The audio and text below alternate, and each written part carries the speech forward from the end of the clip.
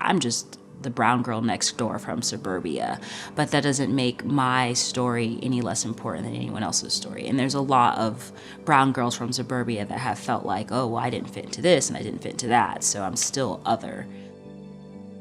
To me, it's kind of throwing my voice into the pop culture pot, showcasing characters that are not the stereotypes and the tropes.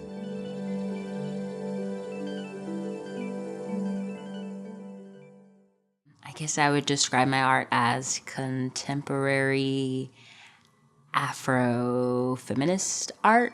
It's the best way to kind of, I guess, sum it up into a few words.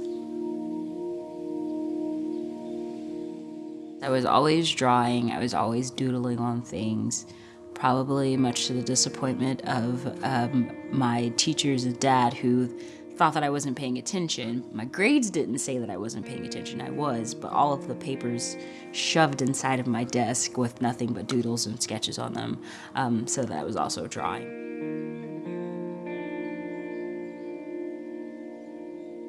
So there was a point where I realized that my talent, not everyone could do it.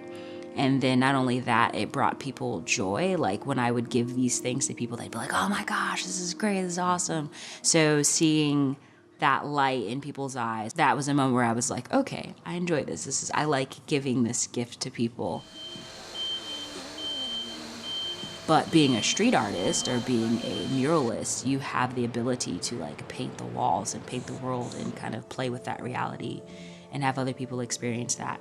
So I think once I realized, you know, that same way that I could give this gift to people in high school, coming back in my adulthood and being like, I can drop an image on a wall and tons of strangers will walk by, and in some ways, maybe some of them are like, what, that's weird. But others will be like, oh my gosh, like, this is amazing. You've completely turned my whole entire day around.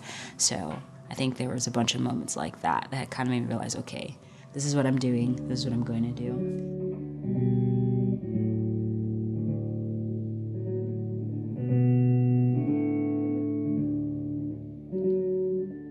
Knowing the history of Austin and knowing how, you know, the east side of Austin was predominantly, you know, a community of people of color, I think with that struggle that's going on to kind of maintain roots there, it's great for the locals to see that there's still some brown in the area. Because I know when I was doing the one up off of Manor, I had so many people from the community like, oh, thank you so much for doing this. Thank you so much for putting, you know, these beautiful brown goddesses on the wall.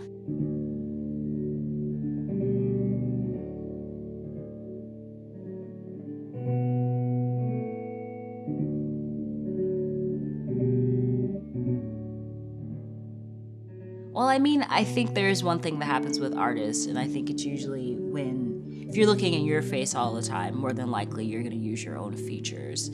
So I think they tend to look a lot like me, but what's interesting is I don't think that they look just like me, because in a way what I'm doing is mentally being the opposition to the fine art world. So, you know, having a fine art background, going to school for art and doing studio art, one thing that I always saw in art history was the same white, angelic, you know, aquiline nose, very European features. So in a way, like, I try to flip that and do the exact opposite. It's really hard to kind of put myself into any one category of culture because I am a hodgepodge and a mix of all these different things. So I think at the end of the day, what I really try to do is just oppose the European standard for this is what is beautiful.